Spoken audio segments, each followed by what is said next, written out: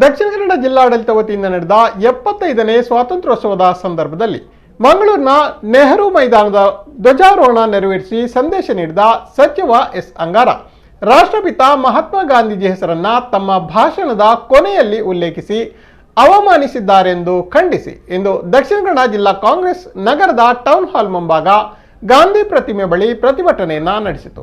ಈ ಸಂದರ್ಭ ಮಾತನಾಡಿದ ದಕ್ಷಿಣ ಕನ್ನಡ ಜಿಲ್ಲಾ ಕಾಂಗ್ರೆಸ್ ಅಧ್ಯಕ್ಷ ಹರೀಶ್ ಕುಮಾರ್ ಅವರು ದೇಶದ ಜನರಿಗೆ ಸ್ವಾತಂತ್ರ್ಯವನ್ನ ಪ್ರಜಾಪ್ರಭುತ್ವವನ್ನ ತಂದುಕೊಟ್ಟ ಮಹಾನ್ ಪುರುಷ ಮಹಾತ್ಮ ಗಾಂಧಿ ಈ ದೇಶಕ್ಕೆ ಒಬ್ಬರೇ ರಾಷ್ಟ್ರಪಿತ.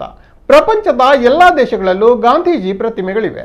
ಸ್ವಾತಂತ್ರ್ಯಕ್ಕಾಗಿ ಹೋರಾಡಿದ ನಾಯಕನ ಹೆಸರನ್ನ ಕೊನೆಯಲ್ಲಿ ಉಲ್ಲೇಖಿಸಿದ್ದು ನಮಗೆ ಬೇಜಾರಾಗಿದೆ ಎಂದರು. ಇದೇ ಸಂದರ್ಭ ಮಾಜಿ ಎಂಎಲ್ಸಿ ಐವನ್ ಡಿಸೋಜಾ ಮಾತನಾಡಿ ಈ ದೇಶಕ್ಕೆ ಸ್ವಾತಂತ್ರ್ಯ ತಂದುಕೊಟ್ಟಿದ್ದು ಮೋದಿ ಅಲ್ಲ, ಈ ದೇಶಕ್ಕಾಗಿ ಅವರು ಏನೂ ಹೋರಾಟ ಮಾಡಿಲ್ಲ. ನೆಹರು ಹಾಕಿದ ಬುನಾದಿಯಲ್ಲೇ ದೇಶ ನಡೆಯುತ್ತಿದೆ. ಗಾಂಧಿ ಹೆಸರನ್ನ ಅಪಮಾನ ಮಾಡಿದ ಬಿಜೆಪಿ ಸರ್ಕಾರ ಆಡಳಿತ ನಡೆಸಲು ಅನರ್ಹರು ಎಂದರು.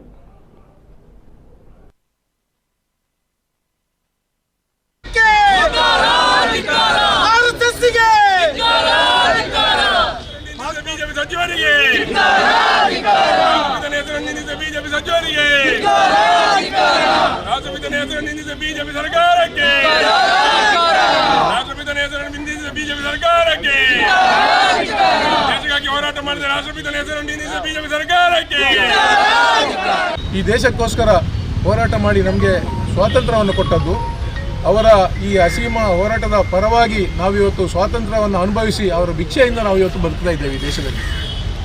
ಅಂತಹ ಸ್ವಾತಂತ್ರ್ಯ ಹೋರಾಟಗಾರ ಮಹಾತ್ಮ ಪೂಜ್ಯರನ್ನು ಕೊನೆಗೆ ಸಂಬೋಧಿಸುವಂಥ ವ್ಯವಸ್ಥೆ ಬಹಳ ನಮಗೆ ನೋವಾಯಿತು. ನಾನು ಯೂಟಿಕ್ ಆಧಾರದಲ್ಲಿ ಹೇಳಿದೆ, ನೋಡಿ ಸ್ವಂತ ನಾನು ಸಹ ಗಮನಿಸಿದೆ ಅಂತ ಹೇಳಿದ್ರು, ಅವರು ಕೂಡ ಗಮನಿಸಿದರು. ಇಂತಹ ಒಂದು ಅವಮಾನ ಸಹಿಸಲಿಕ್ಕೆ ಭಾರತ ದೇಶದ ದೇಶವಾಸಿಗಳಿಂದ ಸಾಧ್ಯ ಇಲ್ಲ. ಇದು ಅಕ್ಷಮ್ಯ ಅಪರಾಧ. ಇದಕ್ಕೋಸ್ಕರ ನಾವು ಪ್ರತಿಭಟನೆಯನ್ನು ಹಮ್ಮಿಕೊಳ್ಳುವುದಕ್ಕೋಸ್ಕರ ನಾವಿಲ್ಲಿ ಸೇರಿದ್ದೇವೆ. ಗಾಂಧೀಜಿಯವರ ಹೆಸರು ತೆಗಿಬೇಕಾದ್ರೆ ನಾವು ಅಷ್ಟು ಪಾವಿತ್ರ್ಯತೆಯನ್ನು ಹೊಂದಿಕೊಳ್ಬೇಕಾದ್ರೆ ಅಂತ ಗಾಂಧಿ ಹೆಸರನ್ನ ಯಾವಾಗ ಅಪಮಾನ ಮಾಡಿದ್ರೋ ಅಂತ ಬಿಜೆಪಿ ಪಕ್ಷ ಈ ದೇಶದಲ್ಲಿ ಸರ್ಕಾರವನ್ನು ಮಾಡಲು ಅನರ್ಹರು, ಅಯೋಗ್ಯರು ಮತ್ತು ಅವರು ಕ್ರಿಮಿನಲ್ಗಳು. ಹಾಗಾಗಿ ನಾನು ಒತ್ತಾಯ ಮಾಡ್ತೇನೆ, ಅಂಗಾರರನ್ನು ಕೂಡಲೇ ಮಂತ್ರಿ ಸ್ಥಾನದಿಂದ ತೆಗೆದುಹಾಕಬೇಕು. ಅಲ್ಲಿಯವರೆಗೆ ನಮ್ಮ ಕಾರ್ಯಕರ್ತರು ಎಲ್ಲಿಯವರೆಗೆ ಗಾಂಧೀಜಿಯನ್ನು ಅಪಮಾನ ಮಾಡಿದಂಥ ಅಂಗಾರ ಇದ್ದಾನೆ ಅವನು ಬುಧವಾರ ಆಗಲಿಕ್ಕೆ ಕೂಡದು ಅವನ ಮಂತ್ರಿ ಸ್ಥಾನ ತೆಗೆದುಹಾಕಬೇಕು ಅಂತೇಳಿ ಯುವ ಕಾಂಗ್ರೆಸ್ನವರು ಅವರು ಬಂದಲ್ಲಿ ಹೋದಲ್ಲಿ ಅವರ ಪ್ರತಿಭಟನೆ ಮಾಡಬೇಕು.